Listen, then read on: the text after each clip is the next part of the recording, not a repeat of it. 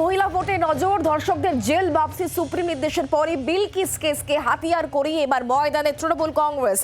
নারী বিদ্বেষী বিজেপি বাংলায় বাড়ি বাড়ি গিয়ে প্রচার, ঘাসফুল মহিলা ব্রিগেডের প্রতিবাদ মিছিলেরও ব্লু প্রিন্ট।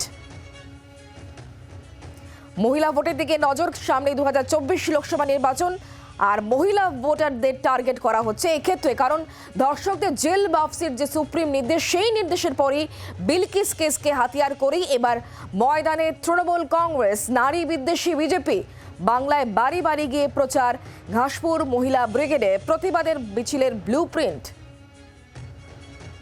যেখানে বেটি বাঁচাও বলে অনেক রকমের কথা বলেন, কি নাকি সচেতনতার প্রোগ্রাম হচ্ছে, এটা কি বেটি বাঁচাও না দোষী বাঁচাও? কাদের ছত্রছায়ায় এই পালিয়ে যারা আছে তারা আছেন? সর্বোচ্চ আদালতের নির্দেশকে অমান্য করতে কারা সহযোগিতার হাত বাড়িয়ে দিচ্ছে? এই নারী বিদ্বেষী চরিত্রটা বারবার প্রকাশ হয়ে পড়ে। ভোটের আগে প্রায় ফাঁকা একটা সংসদে বিলটা পাস করিয়ে নেওয়া হলো। মেয়েরা কি এতই বোকা? আমরা তাই সংঘবদ্ধ হয়ে লড়াইটা চালিয়ে যাব, এটাই আমাদের অঙ্গীকার।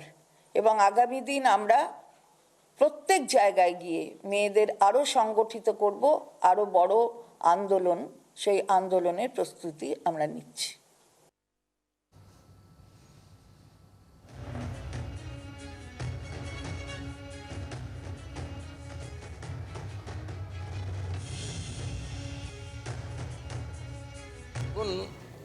এখান থেকে বিলকিস বানুর গুজরাট কিন্তু অনেকটা দূর, এ পাশেই কিন্তু আমাদের প্রতিবাদী মহিলারা এখন লড়াই করে যাচ্ছে।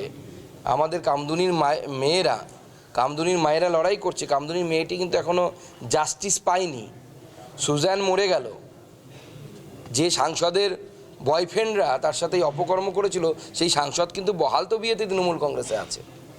অতএব তৃণমূল কংগ্রেসের মুখে, আচ্ছা হাঁসখালির কথা মনে করিয়ে দিই, তৃণমূল কংগ্রেসের পঞ্চায়েত সদস্যের ছেলে হাঁসখালি ধর্ষণে অভিযুক্ত। মুখ্যমন্ত্রী বলছেন অ্যাফেয়ার ছিল। একজন মুখ্যমন্ত্রী, বিশেষ করে মহিলা মুখ্যমন্ত্রী, এই কথা বলা মানায় কি?